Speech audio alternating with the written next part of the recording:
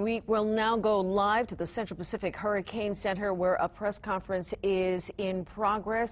Let's join them and see what they have to say. Unfolds. The current position now has the storm about 265 miles east of Hilo, about 465 miles east-southeast of Honolulu. Again, max sustained winds still right around 60 miles per hour, and the storm continues to move to the west at 18 miles an hour. So that westerly movement has continued. We've seen the storm drift just a little bit further south, just like at 2 o'clock. We talked about how it was showing kind of signals of dropping a little bit further south, just kind of subtle drops there, no major changes, but we've continued to see that trend. So the system is now moving out of cooler water here. In the image you can see those light yellows and some greens now almost off the screen.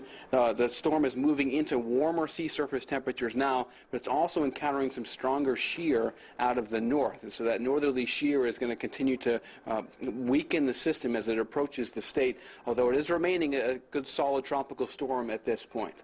And you can see the timing on there, about 6 a.m. Monday morning for the arrival of tropical storm force winds for eastern Maui County, excuse me, for the Big Island, eastern Maui County a little bit later in the morning, a couple hours later after that. And then as you go westward in towards the island of Oahu, we're talking about the afternoon as we get into the afternoon tomorrow into the early evening. We'll talk about those details in just a moment. So there's our latest forecast track, slightly further south initially than the previous track that came out earlier in the day.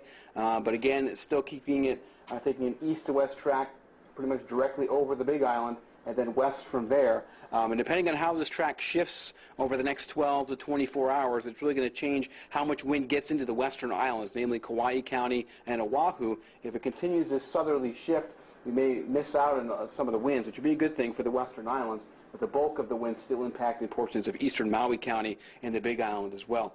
Tropical storm force wind probability. So what's the chance of you seeing tropical storm force winds greater than 39 miles an hour? Well, the percentage chance is up to 51% for the Big Island. Now, Maui County right around 27%, nearly 30% chance. And for Oahu and Kauai, we've actually seen the numbers dropping a bit because we're seeing that southerly trend in the track. So right now, the best chance for tropical storm force winds looks like Big Island and Maui County. So again, here's that red box there indicating that's kind of the highest wind threat area. Throughout the state, we're going to continue to see that rainfall threat. We're looking for 6 to 10 inches possible. Again, locally heavier on the windward side. I feel like a broken record saying that, but that's because we do expect that. And so you need to be prepared for that, for rapid rises in streams, areas that are prone to flooding, and urban areas that back up and places that you see the flooding happening. That's going to be an issue with this storm because there's plenty of moisture out there to work with, and we're going to see that. Leeward areas, 2 to 5 inches in a short period of time, so there could be some flash flooding in leeward areas as well of all the various islands.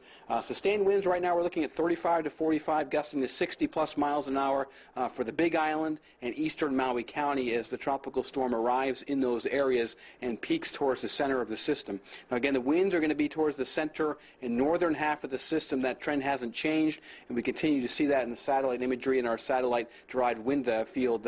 That's where the strongest winds are with the system.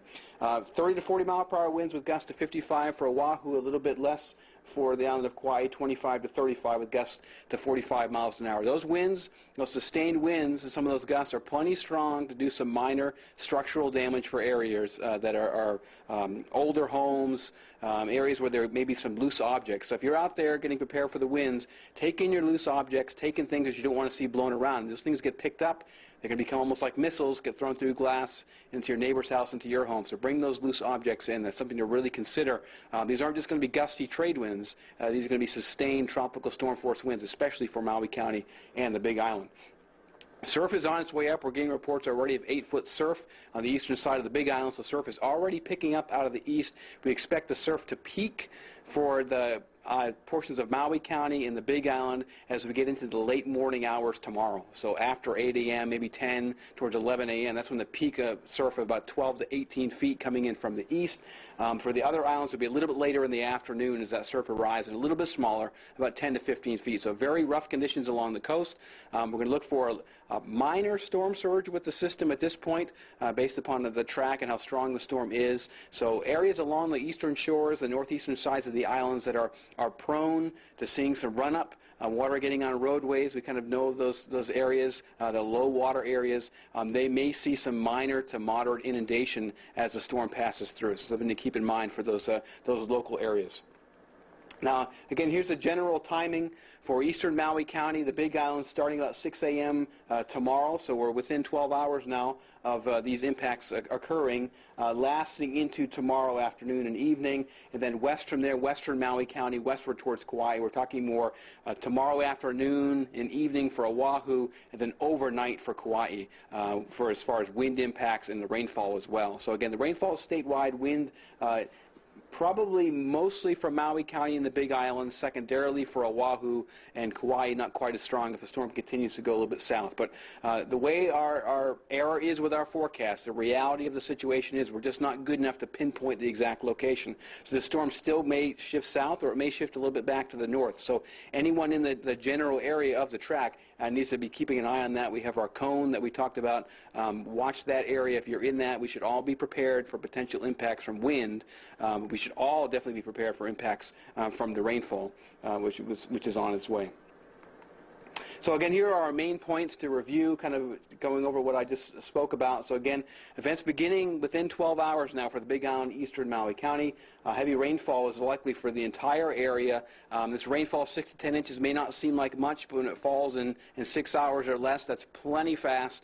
The rates will be high enough to cause some flash flooding out there. Remember, if you're out there driving, turn around, don't drown, stay out of any areas where the water is covering the roadway, and especially if the water is moving. All right, if the water is moving, it takes about 6 inches of water to knock you off your feet if you're walking in it. If it's moving, it takes about a foot of water that's flowing to move any type of vehicle. Okay, so turn around, don't drown, stay away from any flooded roadways. Winds, again, are looking more and more likely, especially for the Big Island and eastern Maui County, and these tropical storm force winds will be plenty strong to do minor structural damage. So for the folks on the Big Island and Maui, if you're preparing your home, you should be rushing those preparations to completion. You're within 12 hours now. Nightfall is right around the corner. It's getting dark out there. We need to make sure that you're rushing those preparations to completion. By the time you get up in the morning, the storm could already be there, and they won't have any time to take care of those preparations. Okay? And again, we're just recommending if you feel like you need to cover up your windows, you can do that. Okay? Winds of tropical storm force strength aren't as strong as hurricane winds. If we had hurricane winds out there, we would be recommending everybody cover up their windows. Okay? But because they're only tropical storm force winds, it's up to you if you feel like you need to do that. But right now we're not recommending a widespread area, or all folks should be doing that. Again, there's a couple websites there for preparedness tips, ready.gov, getreadyhawaii.org as well. So again, no major changes to the system. It still remains on track. We are seeing a little bit of shear. What I'm going to do now is I'll switch it over to a satellite image, so we can take a look at that and see some of the subtle changes that have been going on with the storm already. And we're seeing this is infrared satellite imagery, and it's still approaching. You can see in that westward, maybe slowing ever so slightly in the last couple hours or so, but still continuing in that 18 to 20 mile per hour range. The track brings it right over the Big Island here. Okay, and if you watch the clouds here on the southern edge of the storm, as that northerly wind shear begins to impact it, see all those clouds drifting off down to the south? So that's going to be the main mitigating factor for the system as it moves to the west, is those winds out of the north helping to break down the circulation a little bit and hopefully causing some weakening so that our impacts are a little bit lessened. But right now it's close enough that we do expect these impacts to roll in tomorrow morning, even with that shear. The shear strengthens as it moves west, so as it moves west of the Big Island and south of the state, we should start to see a rapid weakening of the system, and as it weakens, we'll expect to see it drifting further to the south and away from the state. So in general, that's what we're looking at right now. Winds have already shifted out of the north and northeast onshore in Hilo right now. They're only about 10, 11 miles an hour, but they've already shifted onshore out of the north and east. So even the early portions of the circulation is already reaching the eastern side of the Big Island. Winds picking up as we get towards the morning hours tomorrow. So standing by right now for any questions that you guys may have. I have one, Mike. Sure. A lot of people, I heard a few people today comment on, well, the rain is a good thing because the Big Island and Maui are experiencing a drought. But that's not the case with these kinds of showers, right? Sure. I mean, rain is a good thing in general, okay, especially for those drought-prone areas. But when we get a lot of rain really fast, that's a problem. Drought when drought is in place, the ground is hard, right? So a lot of the water, if it comes down hard and heavy, will just rush off initially, fill up all the stream beds, and just run down and be in a flash flood. It won't be able to absorb that much. To reduce drought, you want to have a steady, moderate rain to kind of slowly work its way in. So the rainfall will be good in some respect, but it's going to come too fast, and so we're going to deal with that flash flooding, and that's very, very dangerous. Okay, now what are the chances that this storm would re-strengthen? I know it's unlikely, but it happened last night, even though we predicted that it wouldn't. What are the chances? Okay, right now, I think based upon the fact that we're seeing that shear beginning to take its toll on the system, the shear is one thing, a meteorological factor, weather factor, that can do a number on tropical cyclones like Flossie. So we do expect with that shear in place now and forecasted to follow along the system as it moves to the west, we do expect that weakening trend to really start to kick into gear. Okay, even though it's moving into warmer waters. Right, exactly. Yeah, even with warm waters, shear kind of overwhelms just about all other factors when it comes to Flossie. And it strengthened overnight because there was very little shear, and even though the water was warm, it was able to ventilate. But now we've lost that favorable environment. The shear is starting to increase a bit, and that should start a weakening trend. Mike, can I ask you, before Flossie makes landfall over the Big Island, I know you said surf is already picking up. Are we expecting any heavy rain overnight before the actual storm gets here? We could see a few showers out ahead of it. The bulk of the moisture is really tied to the circulation here out ahead of it. There will be some shallower clouds and generally kind of maybe light to moderate showers that may sneak in ahead of the main circulation, but nothing heavy is anticipated until the bulk of the moisture arrives. Even some of the clouds and light showers that are out there stretching now almost from all the way down the island chain are kind of the outer edge of the circulation. There may be a few sprinkles out there right now, but nothing heavy probably until the bulk of the moisture arrives. And I know you mentioned earlier, the Big Island has no tropical storm in recorded history documented actually making a direct hit. But these storms that we've seen in recorded history tend to dissipate or fly off to the north, fly out to the south. Could we see that situation with Flossie? There's still definitely room, and within 12 hours of our forecast, we average 50 miles of air. Okay, so we've got it about halfway across the Big Island, maybe slightly north of the half of the island. 50 miles to the north could take it north of the Big Island. 50 miles to the south, it could take it down towards South Point. And there is definitely room out there, based upon the shear and other factors that we're seeing, that we could see some decent changes in the track, so we're going to keep an eye on it. And so all folks across the state should definitely be keeping an eye on this to make sure that if there are shifts in the track, that they're prepared for those changes. Any other questions for me? Okay, so with no other questions at the moment, I'm going to toss it over to Mr. Jeff Heckman again to give us an update from Civil Defense. Good evening. For the past couple of days, they've been in Operation Cell working at State Civil Defense, but as of tomorrow, 7 a.m., they'll be fully operational at the Emergency Operations Center in Diamond Head, and they're there to assist the counties with state, federal, private, and nonprofit assets. Earlier today, Governor Neil Abercrombie signed the emergency proclamation in preparation of Tropical Storm Flossie, and that allows the state to move more effectively. It allows them to prepare for the arrival of Tropical Storm Flossie, expected to make landfall on Monday. State Civil Defense would like the public to please refer to your local and civil defense authorities for more detailed information about your specific area, and please keep track of the status of Flossie and all of the advice coming out there. There's great lists and resources.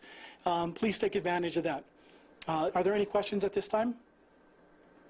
Any updates on flight traffic, grounding flights in and out of the state? Right now, the Emergency Operations Center is working with Department of Transportation, and more information will be coming out as it gets closer. They are meeting and talking about that right now. All right, thank you very much. Thank you. And there you have it, the latest on... Thank you very much. Have a great evening, and we'll be back at 8 a.m. tomorrow for our next conference. A couple points here. Heavy rains likely for the state, starting off with the Big Island, so prepare for the possibility of flash flooding. Strong winds also appearing more likely for Big Island and the east side of Maui, so there's also concern for power outages. You want to make sure you have your emergency preparedness kit ready. Forecasters also saying, they're not recommending you board up those windows, but If you feel like that's something that you would like to do to protect your home, then definitely go ahead and do it. But they do say that these are tropical storm force winds. These are not hurricane force winds that we're dealing with. So that is pretty much all that we have here from the Central Pacific Hurricane Center tonight. Reporting live, Moani K. Alan Navarro, sending it back to you folks in the studio. Thank you, Moani. A couple of things that we heard tonight that we did not hear at the 2 p.m. advisory is that now the island of Kauai will be affected with heavy rain, and also that there is a northern shear that might be actually altering the track of the storm. Yeah, pushing it a little bit farther to the south. We were looking at a track more between Maui and the Big Island earlier today, now right into the Big Island. So if it continues more on this southerly trajectory, it could be better news for some islands, but not so much for the others. And of course, one thing we haven't talked about, and it's not like a life-threatening factor, but these storms are big masses of tropical moisture. Even if it's not, when it's not raining in your neighborhood, it is going to be oppressively humid the next 2 days. So be ready for that. And please observe caution and common sense. We saw some people heading for the beach with their surfboards. Please get smart, people, and be safe. We have crews on the Big Island and in Maui County, so stay with KITV4 News for continuing coverage of Tropical Storm Flossie. We will be live from the 3 islands as the storm bears down. We are on air, online, and on your smartphone, and we will bring you updates as long as there is a threat. And we've also got our new hurricane app, and it's free. It allows you to keep tabs on Flossie wherever you are. Join us for KITV4 News tonight at 10 o'clock for live team coverage of Flossie. See you then.